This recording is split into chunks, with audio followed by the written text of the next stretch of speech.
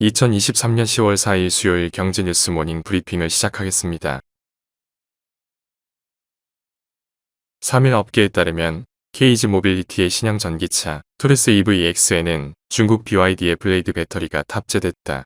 기아 역시 소형 SUV인 더 뉴 기아 AEV에 중국 CATL의 LFP 배터리를 탑재했다.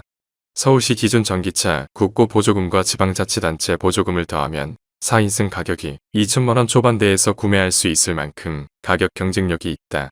국내 배터리 3사는 기존 LFP보다 성능을 높인 차세대 LFP 배터리 개발에 속도를 내고 있지만 본격 양산은 내후년에나 이뤄질 전망이다. 업계에서는 당분간 중저가 전기차 시장에서 중국산 배터리의 독주가 이어지지 않을까 우려하고 있다. 다음 뉴스. 삼성전자가 인공지능 반도체 유니콘 기업인 텐스토렌트의 차세대 AI 반도체를 생산한다. 삼성전자의 미국 텍사스 테일러 파운드리 공장에서 4나노미터 첨단 공정이 적용될 예정이다. 이번에 양산이 결정된 텐스토렌트의 차세대 AI 반도체는 밀리어트에서 메가와트까지 전력을 공급할 수 있도록 설계됐다. 향후 모바일 기기와 같은 에지 디바이스부터 데이터 센터까지 다양한 응용처를 겨냥한 제품이다. 삼성전자 파운드리는 AI 반도체 고객과의 협력을 늘려가고 있다. 지난 8월엔 미국 AI 반도체 팹리스 스타트업인 그로크의 양사를 맡기로 했다. 다음 뉴스. IMF는 3일 홈페이지에 안일 아리 이코노미스트를 비롯한 연구진이 작성한 100번의 인플레이션 충격과 정형화된 사실 7가지라는 제목의 보고서를 발표했다. 보고서에 따르면 1970년부터 지금까지 56개국에서 발생한 인플레이션 111건을 분석한 결과 64건만 5년 안에 문제가 해결됐다.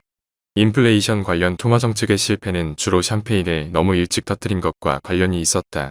보고서는 해결하지 못한 인플레이션 사례의 약 90%가 인플레이션 초기 충격 이후 3년 이내에 물가 상승률이 크게 하락한 뒤 높은 수준에서 정체되거나 다시 가속화했다고 설명했다. 보고서는 인플레이션을 해결한 국가의 공통점은 시간이 지나도 긴축적인 통화정책을 지속해서 펼친 것이라고 짚었다. 다음 뉴스. 3일 관련 업계에 따르면 현대차는 이달 중순부터 중고차 직접 판매를 시작할 예정이다. 현대차 기아는 중고차 시장에서 기존 매매 상사와 온라인 중개, 플랫폼 업체의 역할을 맡는다. 현재는 시장 진출을 위한 막바지 준비 작업이 한창이다. 경기도 용인과 경남 양산 등의 상품화 물류센터를 조성 중이다. 이와 함께 중고차 관련 정보를 수집 분석한 후 종합해서 보여주는 중고차 통합정보 포털도 열 예정이다. 중고차 업계는 생존권을 위협받는다며 여전히 반발하고 있지만 소비자 단체와 소비자들은 크게 환영하는 분위기다. 다음 뉴스. 인공지능으로 엑스레이, CT, MRI 등 의료 영상 결과를 분석해 질병 유무를 판단하는 기술과 관련된 특허 출원이 최근 10년 동안 연평균 54.7% 증가한 것으로 나타났다. 국가별 누적 출원량은 중국이 39.8%로 가장 많았다. 미국이 19.8%로 2위였고 한국, 일본, 독일 순으로 나타났다. 국내 기업들의 경우 딥바이오, 료닛 JLK 인스펙션, 뷰노 등이 100위 안에 들었다. 다음 뉴스.